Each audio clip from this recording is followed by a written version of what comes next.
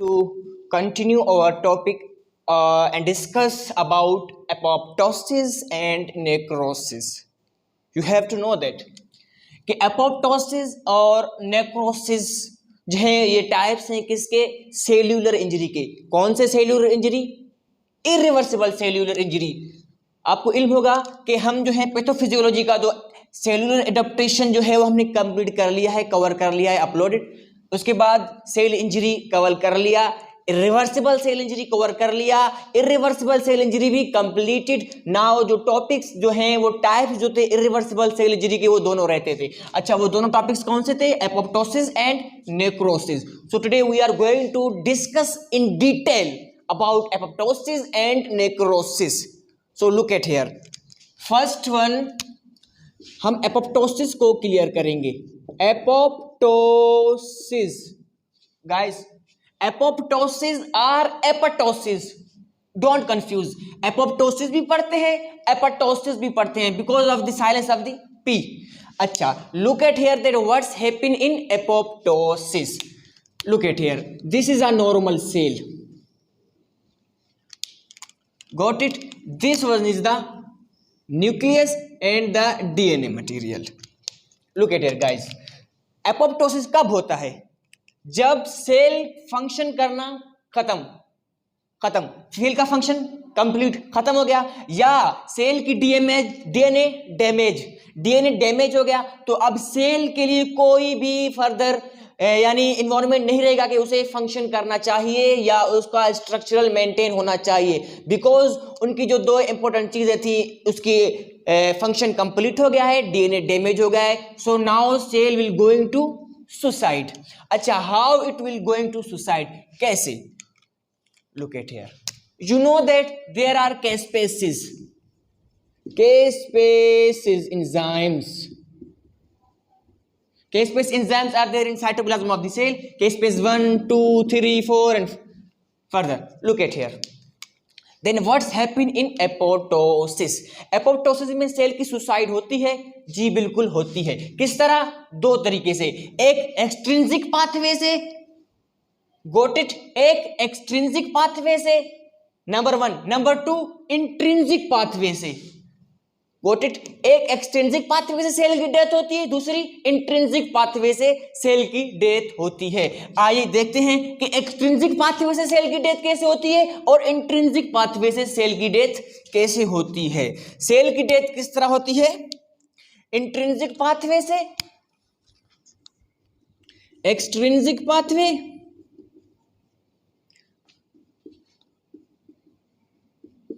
And number two intrinsic pathway से।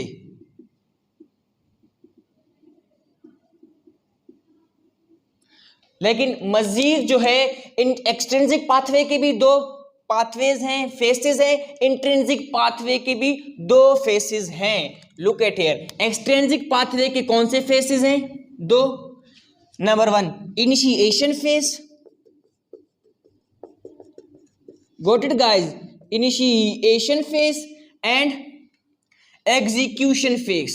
Look at here, execution face, got it. इसी तरह intrinsic pathway के भी दो फेसेस हैं। कौन कौन से हैं? Look at here, initiation face and number two execution face. Execution phase.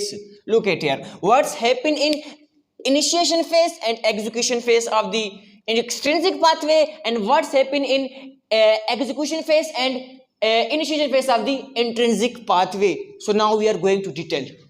Look at here,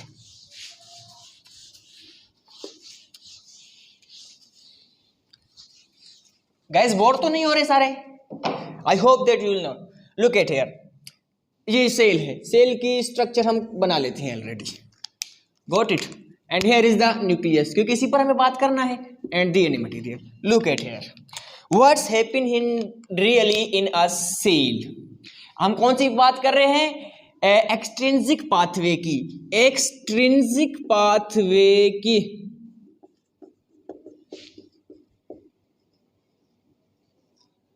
extrinsic pathway की कर रहे हैं। अच्छा, पहले हम डिस्कस करेंगे दोनों के इनिशिएशन फेज को। एक्सट्रिंसिक पाथवे की भी इनिशिएशन फेज को डिस्कस करेंगे और एक्सट्रिंसिक पाथवे की भी इनिशिएशन फेज को डिस्कस करेंगे। देन हम दोनों के एग्जीक्यूशन फेसेस को कंबाइंड करके डिस्कस करेंगे, क्योंकि एग्जीक्यूशन फेसेस जो दोनों होते हैं उन्हीं में एक ही चीज होता है। सो दैट्स व्हाई उन्हें बाद में हम डिस्कस करेंगे। सो look at here, what's happen in extrinsic pathway. Extrinsic pathway में क्या होता है कि जब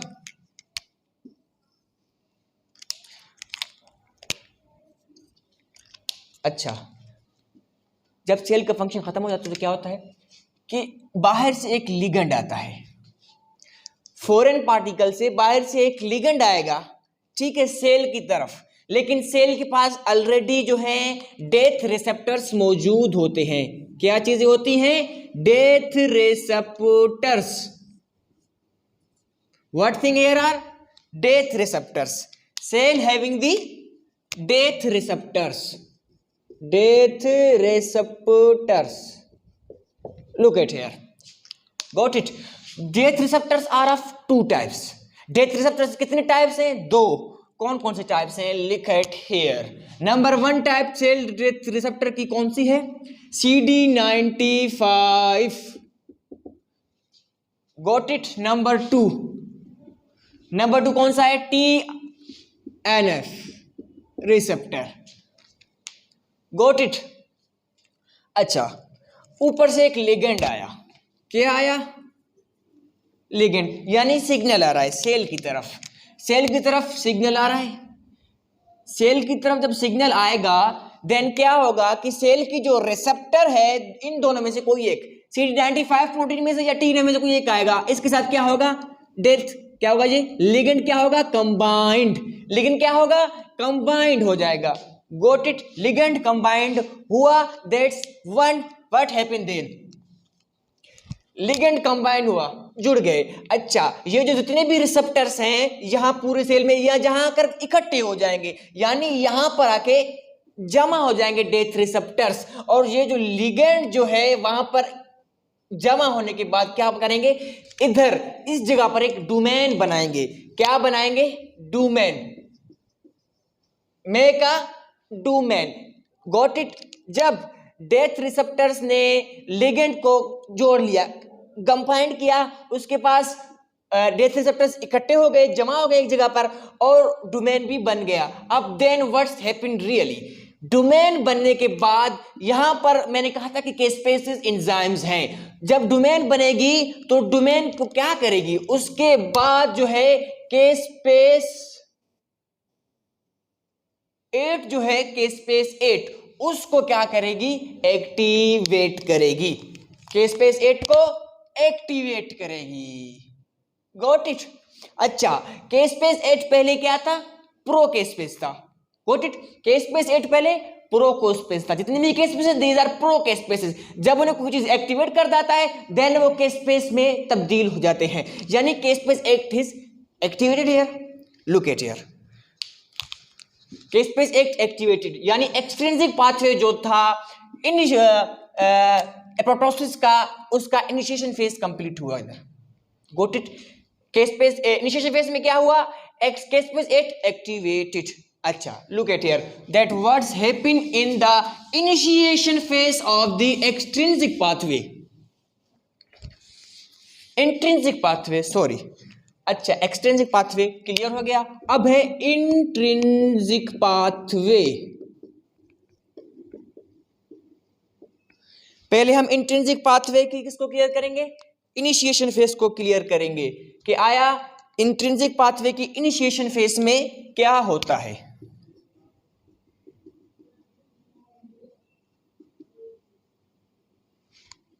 look at here guys, this is a normal cell. Intrinsic pathway में क्या हो रहा है? अंदर की तरफ सिग्नल आएगा, यानी सिग्नल जो है entire the cell come out. Cell के अंदर से जो सिग्नल आएगा कि भाई डेथ होने जा रहे हो आप, उसको कहेंगे इंट्रिंसिक पाथवे। इंट्रिंसिक पाथवे के दो टाइप्स थे। Phase is the initiation execution. Initiation phase में क्या होगा? This is the nucleus, got it, and DNA is here. जब DNA will damage, got it, जब ये डैमेज होगा, then look at here are also the mitochondria.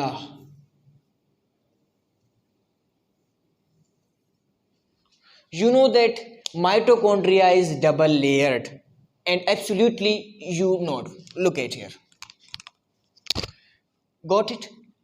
The mitochondria is double layered. Entire the mitochondria there is a protein present, got it? Entire the double layered mitochondria, यानी एक layer को छोड़कर जो दूसरी layer है उन दोनों के बीच में क्या है? एक प्रोटीन है जिसका नाम है cytochrome c. Look at here, this is a protein by the name, with the name of cytochrome c.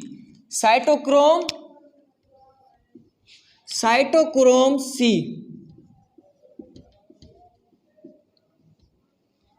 Got it?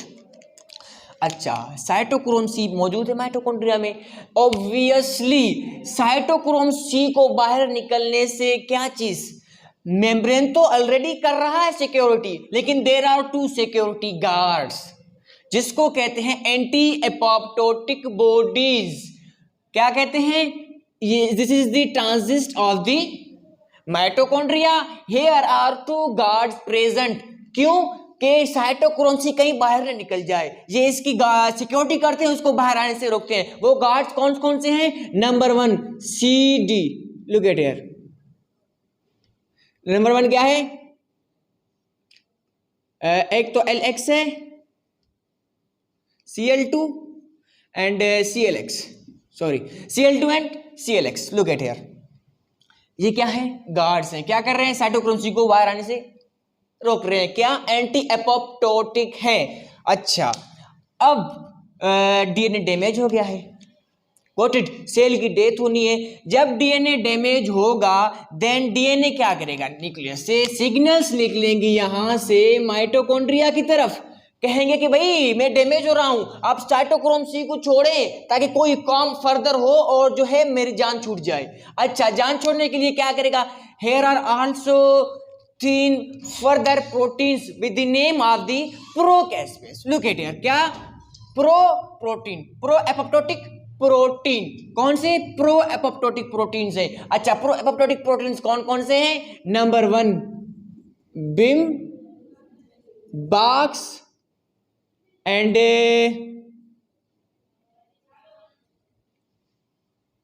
बाक। अच्छा, क्या होगा?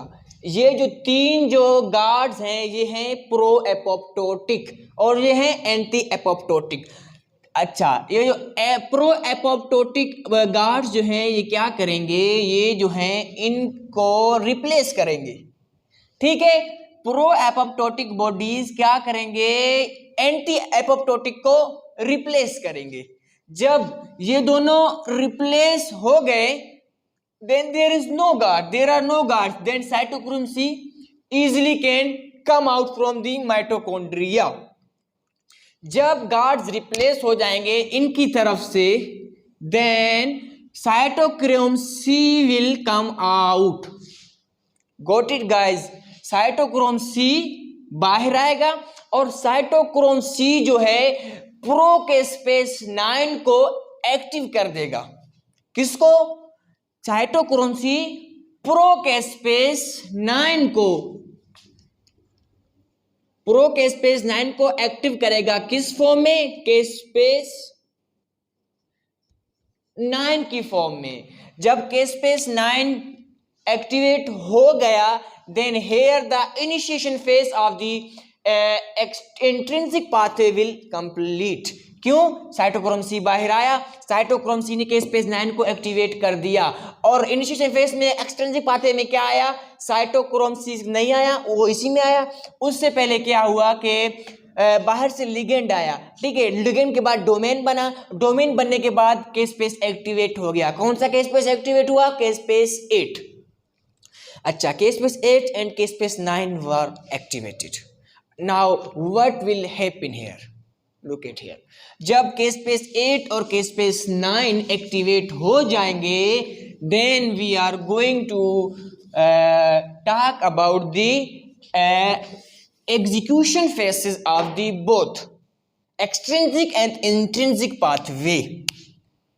कौन कौन से? execution phases of the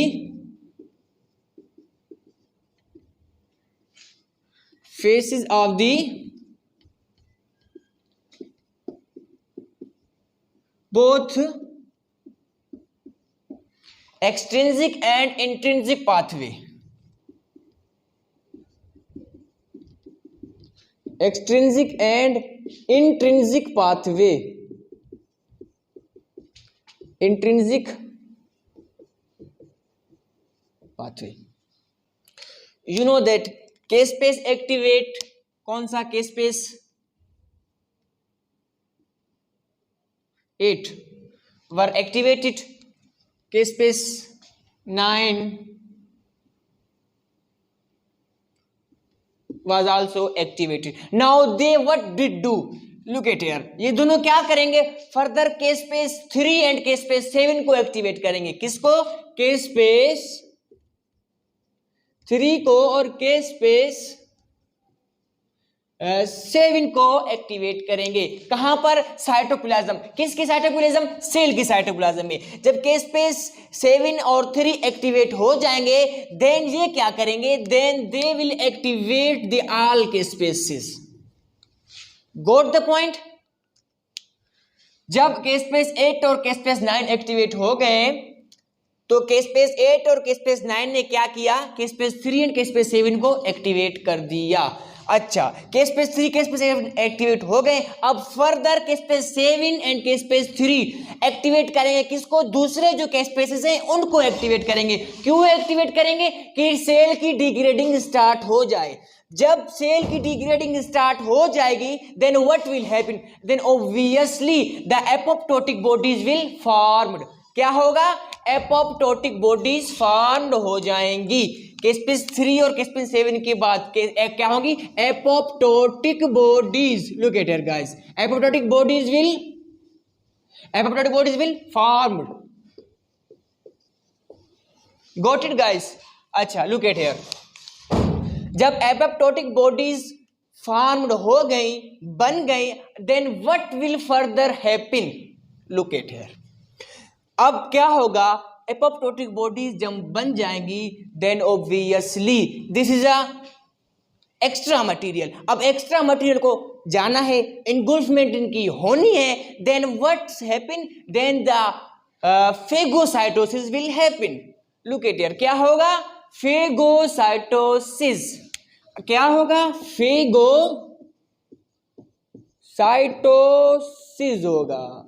got it guys? Phagocytosis में क्या होगा कि एपोप्टोटिक बॉडीज जो हैं उनकी इनगुल्फमेंट स्टार्ट हो जाएगी मैक्रोफेजेस के जरिए।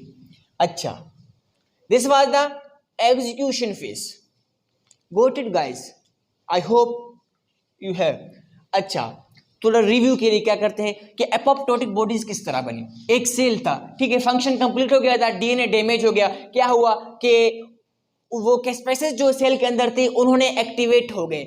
एक्टिवेट किस जरिए हुए? पहले डोमेन जो बना था उसकी वजह से, उसके बाद इंट्रिंसिक पाथवे में जो साइटोक्रोम सी था उस वजह से। जब वो के स्पेसेस एक्टिवेट हो गई, देन क्या हुआ? Cell wall going to shrinkage. जब सेल श्रिंकेज की तरफ गया, देन डिग्रेडिंग हुई सेल की, और जब सेल की डिग्रेडिंग हुई, then obviously apoptotic bodies form. और जब एपोप्टोटिक बॉडीज फॉर्म्ड हो गई, then what's happen? then obviously that phagocytosis will going to happen। और phagocytosis कैसे होगा? now we are going to discuss about phagocytosis। look at here guys, phagocytosis, how the apoptotic bodies will phagocyte।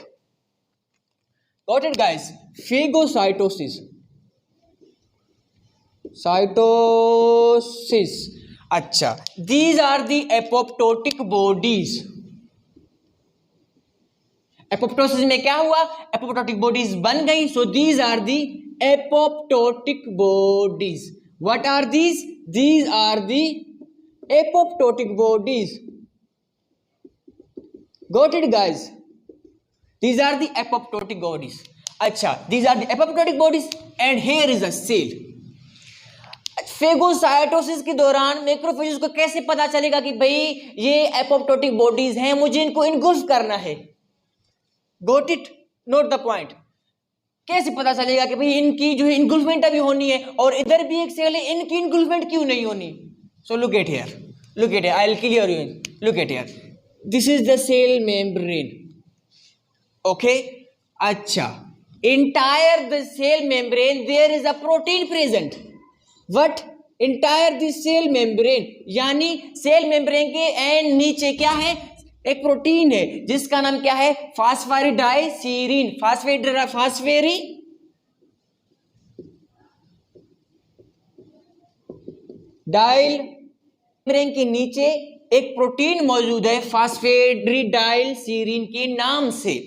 अच्छा, अब apoptotic bodies जब बन जाएंगी तो उसमें क्या होगा? ये जो है फास्फेरिडाइलसीरीन क्या हो जाएंगी? जब सेल मेम्ब्रेन फ्लिप होगा, यानी एपोप्टोटिक बॉडी जब फ्लिप हो जाएंगी, देन क्या होगा कि जो सेल मेम्ब्रेन होना वो उल्टा हो जाएगा. फ्लिप मीन्स उल्टा पुल्टा. अच्छा, क्या हुआ कि जब सेल मेम्ब्रेन जो है उलट हो गया, then obviously phosphatidylserine will come outside the cell membrane. जब फास्फेरिडाइलसीरीन कम आउट होगा, देन फेगोसाइटोसिस होगा. क्यों? मैक्रोफेज को पता चल जाएगा ओए here is a phagocytosis. Then वो आएगा और इसको क्या करेगा? इनगुल्फ करेगा. Then what's happen? Then engulfment of the apoptotic bodies will happen. I hope that you have got it. Phagocytosis complete हो गया.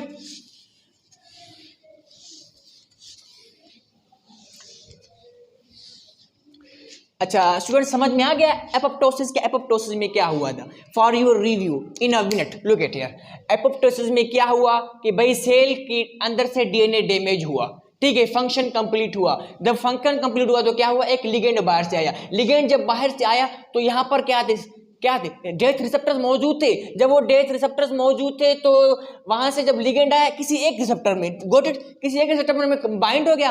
अच्छा, जब वो बाइंड होगा देन फर्दर रिसेप्टर्स यहां से आएंगे और उसके साथ बाइंड हो जाएंगे. देन वो फॉर्म डोमेन. जब डोमेन बनेगा तो डोमेन के बाद क्या करेगा? डोमेन प्रोकेस्पेस 8 को एक्टिव करेगा. Got it guys? Procaspase 8 activated. अच्छा, अब दूसरा एंट्रेंसिक पाथवे का इनिशिएशन फेज था, उसमें क्या हुआ? डीएनए डैमेज हुआ. डीएनए की तरफ से सिग्नल्स गए कहां पर? माइटोकॉन्ड्रिया की तरफ गए कि भाई साइटोक्रोम सी को जल्दी निकालो, मुझे डेथ की तरफ जाना है. जब साइटोक्रोम सी निकला वहां से तो देन क्या हुआ? साइटोक्रोम सी के निकलने की वजह से केस्पेस एक्टिवेटेड हो गया. कौन सा केस्पेस? केस्पेस 9. केस्पेस 9 जब एक्टिवेट हुआ देन व्हाट्स हैपन? केस्पेस 9 एंड केस्पेस 8 मिलकर केस्पेस 3 और 7 को कर रहे थे एक्टिवेट, एंड ऑब्वियसली कर रहे थे.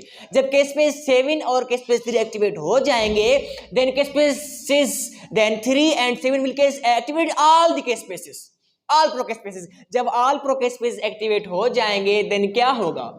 Then obviously the cell was going to degradation.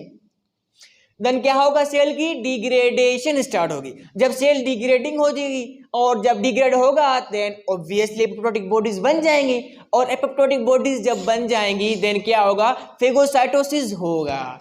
अच्छा, फेगोसाइटोसिस हो गया. Note here that in apoptosis there will no any inflammation. Apoptosis में कोई भी इन्फ्लेमेशन नहीं हुआ. क्यों नहीं हुआ? क्योंकि एपोप्टोटिक बॉडीज बन रही थी, सेल डिग्रेड हो रहा था. अब जब सेल डिग्रेड हो रहा था तो एपोप्टोटिक बॉडीज बन रही थी तो उसमें कोई इन्फ्लेमेशन नहीं हो रही थी. इन्फ्लेमेशन क्यों नहीं हो रही थी? क्योंकि सेल के अंदर से कोई चीज बाहर निकल ही नहीं रहा था. Got the point? जब सेल के अंदर से बाई चीज कोई साइटोप्लाज्म या कोई एनीथिंग जब रिलीज नहीं होगा सेल से देन क्या होगा? Then inflammation will not occur. तो एपोप्टोसिस में इन्फ्लेमेशन नहीं हो रहा था. सो अभी एपोप्टोसिस की मॉर्फोलॉजी की तरफ due to the lack of time ये बोर्ड पर लिख दिया. तो एपोप्टोसिस की मॉर्फोलॉजी की तरफ चलते हैं कि एपोप्टोसिस की मॉर्फोलॉजी में क्या हुआ। अच्छा, नंबर 1 में क्या हुआ कि cell goes to shrinkage. Cell क्या हुआ? सेल श्रिंकेज की तरफ गया। Got it. अच्छा, नंबर 2 में इओसिनोफिलिया बिकम मोर। जब eosinophilia become more then what? Pyknosis. क्या हो गया? पिक्नोसिस। अच्छा, पिक्नोसिस के बाद क्या हुआ? कैरियोरेक्सिस। कैरियोरेक्सिस के बाद क्या हुआ? Blebs formation, apoptotic bodies and phagocytosis.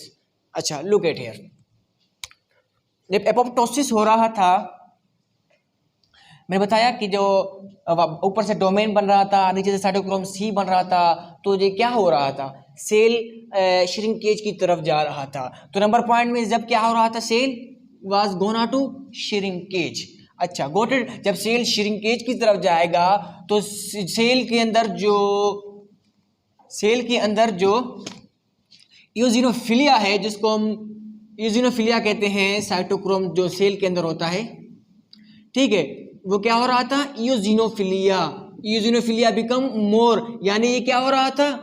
मोर, गाढ़ा हो रहा था। अच्छा, उसके बाद क्या हो रहा था? पिक्नोसिस। पिक्नोसिस में क्या हो रहा था कि सेल के अंदर जो न्यूक्लियस जो है वो क्या हो रहा था? कंडेंसेशन। क्या हो रहा था? पिक्नोसिस में कंडेंसेशन हो रहा था। अच्छा, उसके बाद कैरियोरेक्सिस में क्या हो रहा था? कि फ्रेगमेंटेशन। जब कैरियो पिक्नोसिस में क्या हुआ कि जब ये जो है बिल्कुल कंडेंसेशन हुआ इधर, देन व्हाट्स हैपन? कैरियोरेक्सिस। जब ये हो गया देन क्या होगा कि ऑब्वियसली क्या होगा? कैरियोरेक्सिस में फ्रेगमेंटेशन हो जाएगी, न्यूक्लियस की फ्रेगमेंटेशन होना स्टार्ट हो जाएगी। और जब फ्रेगमेंटेशन स्टार्ट हो जाएगी न्यूक्लियस की, then what will happen? Then bleb formation occur. क्यों ब्लेब्स बन रहे हैं? क्योंकि here is no any inflammation in apoptosis. Got it. जब एपोप्टोसिस में इन्फ्लेमेशन नहीं है देन ऑब्वियसली ब्लेब्स तो फॉर्म होंगे ही सेल में। फ्लेम फॉर्म किस तरह होंगे कि ये सेल की शेप यूं हो जाएगी, ये जो है ब्लेब्स बनना स्टार्ट हो जाएंगे, क्योंकि सेल इंटायर से कोई भी मटेरियल बाहर आने नहीं देगा। Got it. Apoptotic bodies. Goat it. जब सारे के स्पेसिस एक्टिवेट हो गए थे तो क्या हो रहा था? सेल जो है एपोप्टोटिक बॉडीज में कन्वर्ट हो रहा था। Got it. Cell apoptotic bodies में कन्वर्ट हो रहा था, एपोप्टोटिक बॉडीज में। अच्छा, जब एपोप्टोटिक बॉडीज में सेल कन्वर्ट हुआ देन क्या हुआ कि मैं बताया जब वहां पर जो मेम्ब्रेन के नीचे जो प्रोटीन था फास्फेटाइलसीरीन, वो क्या हुआ? फ्लिप होने की वजह से वो बाहर हुआ। जब वो बाहर हुआ देन क्या हुआ? उनकी इनगल्फमेंट हो गई बेचारों की। क्या हुआ? इनगल्फमेंट हो गई। तो यानी यहाँ पर सेल की डेथ हो गई। अच्छा, आया ये सेल कोई WBC RBC भी हो सकता है। क्यों RBC क्यों हो सकता है? क्यों? क्योंकि इतने सेल्स हैं सारे, इन सब में के बीच में एक सेल की अगर डेथ हो तो ये होगा एपोप्टोसिस। देन अगर हम ये कहें कि भाई ये जो है एक RBC है, इसका काम कंप्लीट हो गया था इसीलिए इसकी डेथ होने को जा रही थी। Got it? And absolutely you have got it. Discuss करेंगे कि नेक्रोसिस क्या है। एपोप्टोसिस को डिस्कस किया, अब नेक्रोसिस को करेंगे। नेक्रोसिस में क्या होता है? नेक्रोसिस भी is the type of irreversible cell injury. Got it? Necrosis भी टाइप है किसका? इरिवर्सिबल सेल इंजरी का, जिसमें क्या होगा कि एक ग्रुप ऑफ सेल्स की डेथ होगी। Necrosis is the type of irreversible cell injury. It is the type of irreversible cell injury. Got it, guys? अच्छा, it is the type of cell irreversible in which necrosis में क्या होगा कि इन विच आ लीथली injured cell, यानी लीथली injured cell जो दोबारा उसके बनने के चांसेस नहीं हो। ठीक है, irreversible cell injury is the type of necrosis is the type of irreversible cell injury. In necrosis a group of cells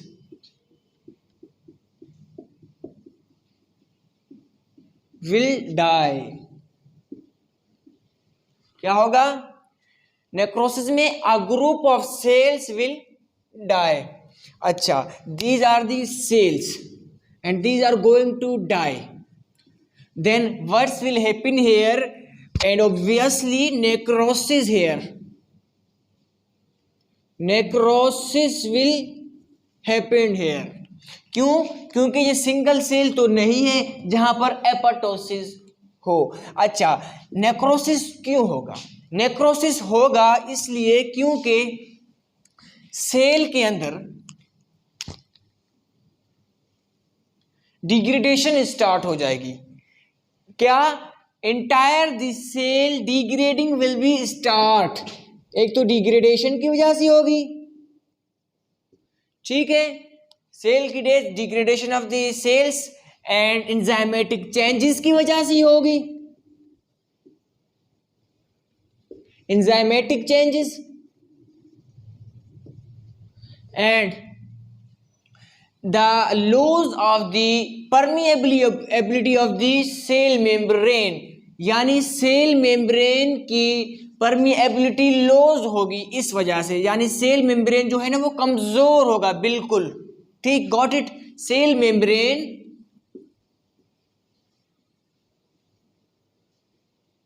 और plasma membrane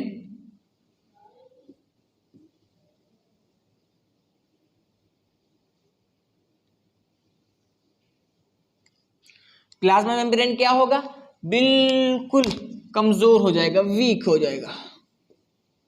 got it guys. Necrosis में क्या होगा? Necrosis is the type of irreversible cell injury. Got it. In necrosis a group of cells will die. A group of cell will going to die. Why? Due to the degradation of the proteins, enzymatic changes और plasma membrane की permeability खो जाने की वजह से, यानी plasma membrane week होने की वजह से क्या होगा? Necrosis. Got note the point that necrosis में सेल की डेथ हो जाएगी. Cell will die. एपोप्टोसिस में cell was going to suicide and necrosis में क्या होगा? सेल की डेथ, कंप्लीटली डेथ हो जाएगी नेक्रोसिस में. अच्छा, got it. Look at here, look at here. There are 5 types of necrosis. So we are going to discuss about the types of the necrosis. What are the types of necrosis? Guys, there are the 5 types of the necrosis. Number 1. What is the number 1? Coagulative necrosis. Coagulative necrosis. Coagulative necrosis. And the number 2 is collicuative necrosis. What is it? Collicuative necrosis. Note the point, guys. Number 3 is caseous necrosis. What is caseous necrosis? And the 4th one is fate necrosis. What is it? Fate necrosis. What is it?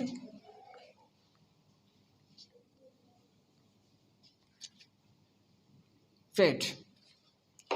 A 5th one is fibrinoid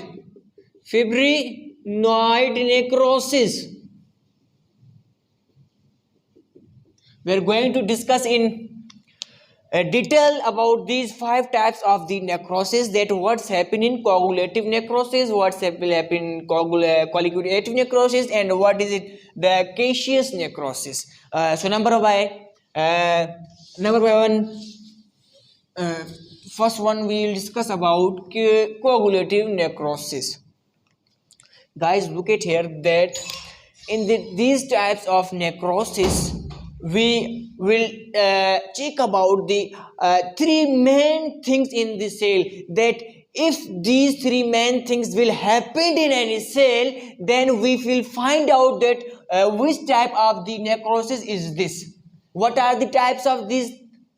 Those types are architecture of the cell, number 1 architecture देखेंगे cell की बनावट किस तरह है। Number 2 में हम क्या देखेंगे, नंबर 2 में हम देखेंगे साइटोप्लाज्मिक, क्या साइटोप्लाज्मिक चीजें जो हैं उनको देखेंगे, यानी साइटोप्लाज्म को देखेंगे।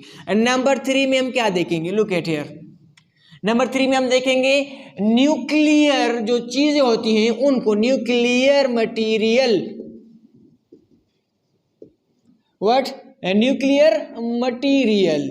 Then we will find out that which type of the necrosis is this, got it. अगर ये 3 चीजें हमें मालूम हो गई, then we will find out that the type of the necrosis is belong to which one. अच्छा, coagulative necrosis में क्या होगा, look at here, coagulative necrosis में सेल की जो आर्किटेक्चर है वो वही रहेगी, got the point, look at here, cell की जो आर्किटेक्चर, जो सेल की बनावट है वो बिल्कुल आर्किटेक्चर में सेम रहेगी, एंड द साइटोप्लाज्मिक जो चीजें हैं, मटेरियल्स हैं, वो विल क्या हो जाएंगी, गायब, गुम हो जाएंगी। अच्छा, देन न्यूक्लियर मटेरियल्स भी जो है वो गायब, क्या हो जाएंगी, बिल्कुल नजर नहीं आएंगी। जस्ट जो है सेल की जो है ना ऊपर ऊपर से मेम्ब्रेन नजर आएगी कि भाई हाँ this is a type, this is a cell, यानी ये एक सेल है, सिर्फ उसकी आर्किटेक्चर नजर आएगी हमको, किसमें, कोआगुलेटिव नेक्रोसिस में। Guys look at here, note the point that कोआगुलेटिव necrosis will occur in all body parts except one. What is that one, that one is brain. Brain में जो है कोआगुलेटिव नेक्रोसिस नहीं होगा, लेकिन ऑल बॉडी के पार्ट्स हैं उन सब में coagulative necrosis will happen except brain. Brain के अलावा सारे बॉडी के पार्ट जो है उनमें coagulative necrosis will happen, note the point, got it. अच्छा, उसके बाद जो है इसमें we can say that ischemia, you know that ischemia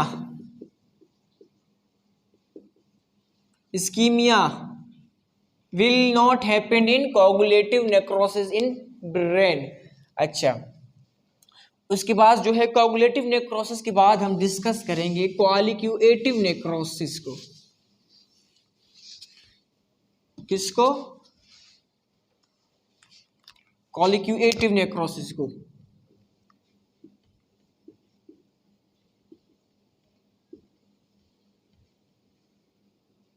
sorry, necrosis लिखा हुआ है। अच्छा, कोआलिक्यूएटिव नेक्रोसिस में क्या होगा, गाइस लुक एट हियर, कोआलिक्यूएटिव नेक्रोसिस में the architecture of the cell will गायब, ठीक है, साइटोप्लाज्मिक मटेरियल्स विल गायब, कुछ नजर नहीं आएगा, न्यूक्लियर मटेरियल्स विल खत्म, कुछ नजर नहीं आएगा। अच्छा, देन व्हाट विल हैपन, ये एक नॉर्मल सेल है, ठीक है, नॉर्मल सेल है। जब ये कोआगुलेटिव नेक्रोसिस में जाएगा, just here we can see fluid like material here, what, fluid like material, यानी कोआलिक्यूएटिव नेक्रोसिस में क्या होगा, सेल जो है तब्दील किया किस में होगा, फ्लूइड लाइक मटेरियल में तब्दील होगा। आर्किटेक्चर तो नजर नहीं आएगा, ऑब्वियसली नजर नहीं आएगा, साइटोप्लाज्मिक मटेरियल भी नजर नहीं आएगा, न्यूक्लियर मटेरियल भी नजर नहीं आएगा, लेकिन हम जस्ट देख पाएंगे कि yes here is a fluid like material, यानी कोआलिक्यूएटिव नेक्रोसिस में क्या होगा, फ्लूइड लाइक मटेरियल में कन्वर्ट हो जाएगा। Note the point that these three things will didn't happen, यानी वो गायब हो जाएंगी, मौजूद नहीं होंगी कोआलिक्यूएटिव नेक्रोसिस में। I hope that you have got it guys. अच्छा, the third one is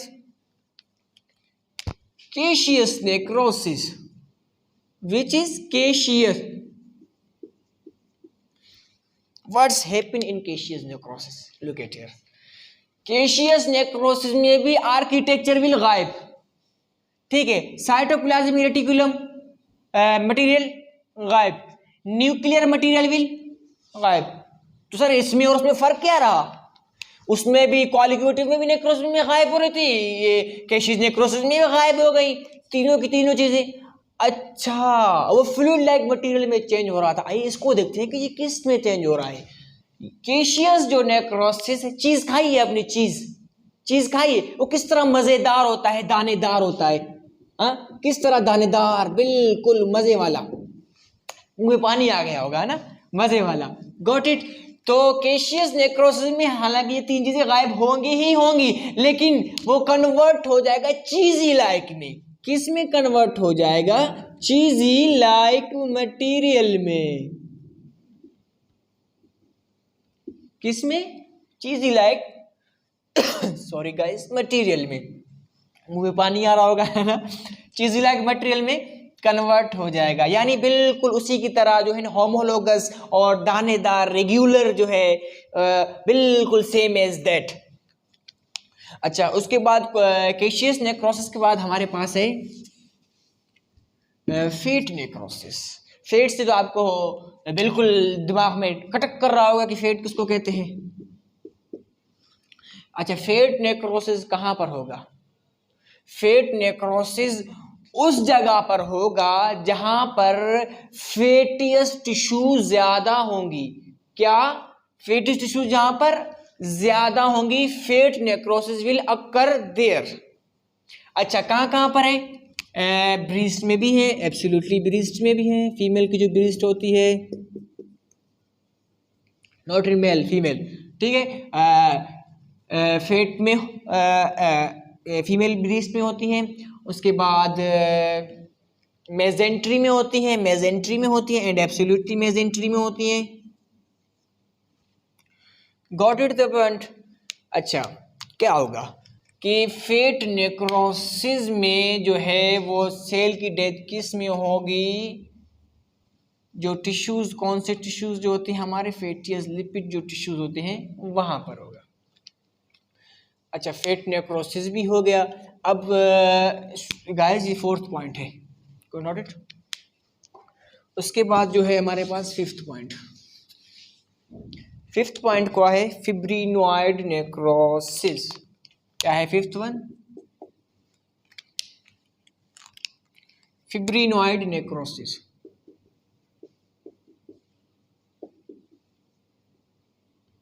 necrosis, fibrinoid necrosis कहाँ होगा?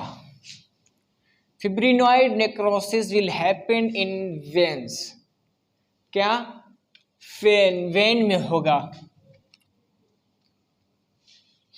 वेन में फिब्रिनॉइड नेक्रोसिस होगा। Look at here, there are the three layers of the vein, ठीक है। तो when की जो दूसरी जो लेयर है, यहां पर जो है वो फिब्रिनॉइड नेक्रोसिस होगा। आई hope that you have got it. तो ओवरव्यू के लिए नेक्रोसिस को हम देखते हैं कि नेक्रोसिस में क्या था। गाइस, नेक्रोसिस जो है वो इरिवर्सिबल सेल इंजरी का टाइप था, जिसमें एक ग्रुप ऑफ सेल्स की डेथ हो रही थी। क्यों डेथ हो रही थी? डिग्रेडेशन ऑफ द प्रोटीन की वजह से डेथ हो रही थी। साइटोप्लाज्म जो चीज़ है, एंजाइमेटिक चेंजेस सेल के अंदर हो रही थी, उस वजह से डेथ हो रही थी। और सेल मेम्ब्रेन, जो प्लाज्मा मेम्ब्रेन था, वो बिल्कुल वीक हो रहा था, उसमें भी जो है वो उस वजह से भी उसकी चेंजेस, डेथ हो रही थी। एंड इन्फ्लामेशन नेक्रोसिस में होगा। Got the point. नेक्रोसिस में इन्फ्लामेशन होगा। क्यों? प्लाज्मा मेम्ब्रेन जो है वीकेड की तरफ जा रहा है। जब प्लाज्मा मेम्ब्रेन वीक होगा तो प्लाज्मा मेम्ब्रेन में पोर्स बनना स्टार्ट हो जाएंगी, ठीक है। पोर्स बनना जब स्टार्ट हो जाएंगी, इंटैक्ट हो जाने के बाद, देन व्हाट्स हैपन, जो सेल के अंदर से जो चीज़ है वो बाहर निकलना स्टार्ट हो जाएंगी। मटेरियल जो है cytoplasm material will be come out then cell. अच्छा, उसके बाहर आने की वजह से एडिमा होगा, एडिमा वजह से देन ऑब्वियसली इन्फ्लेमेशन अक्वर। एल्स उसके बाद टाइप्स जो थे एपोप्टोसिस के, सॉरी नेक्रोसिस के 5 टाइप्स है। Coagulative necrosis, colliquative necrosis, caseous necrosis and fat necrosis, fibrinoid necrosis, ठीक है। अब मैंने कहा था कि ये 3 चीज़ों को हम देख के बताएंगे कि भाई ये किस टाइप का जो है वो नेक्रोसिस है। आर्किटेक्चर को देख के बताएंगे, साइटोप्लाज्मिक मटेरियल को देख के बताएंगे, एंड न्यूक्लियल मटेरियल को देख के बताएंगे कि आया ये किस टाइप का नेक्रोसिस है। So guys, the necrosis is completed here. अभी जो है जो नेक्स्ट जो वीडियो होगा उसमें हम एपोप्टोसिस और नेक्रोसिस में डिफरेंस बताएंगे कि एपोप्टोसिस में क्या फ़र्क होता है, नेक्रोसिस में क्या फ़र्क होता है, एपोप्टोसिस में क्या होता है एंड नेक्रोसिस में क्या होता है। गाइज आपसे एक रिक्वेस्ट है, अगर मेरी वीडियोस आप लोगों को समझ में आ रही हैं, बिल्कुल मैं कोशिश कर रहा हूँ कि टू द पॉइंट, रॉबिन की बुक से टू द पॉइंट जो कॉन्सेप्चुअल कुछ थिंग्स हैं, चीज़ें हैं, वो आपको बताने की कोशिश करता हूँ मैं यहाँ पर।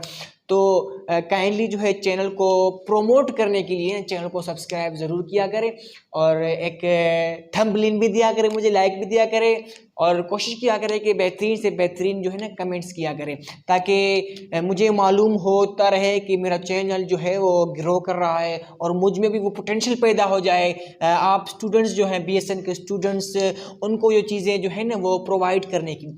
एक बात बताता चलूँ माज़रत के साथ कि यूट्यूब पर ऐसा कोई भी प्लेटफॉर्म नहीं है कि जो BSN के हवाले से, सिर्फ BSN के हवाले से, bachelor of science in nursing के जो स्टूडेंट्स हैं उनको जो है एक प्लेटफॉर्म पर इकट्ठा करके बेहतरीन तरीके से बोर्ड पर समझाया जाए। ठीक है, रटवाने वाला काम नहीं, बोर्ड पर चीज़ें, ताकि अगर वो बाद में फिर वो उनके जो सब्जेक्ट स्टार्ट हो जाए, वो सब्जेक्ट्स चाहे अपने सर्जरी के हवाले से हो या रिसर्च के हवाले से। गाइस रिसर्च जो है बहुत इंपॉर्टेंट होता है नर्सेज के लिए।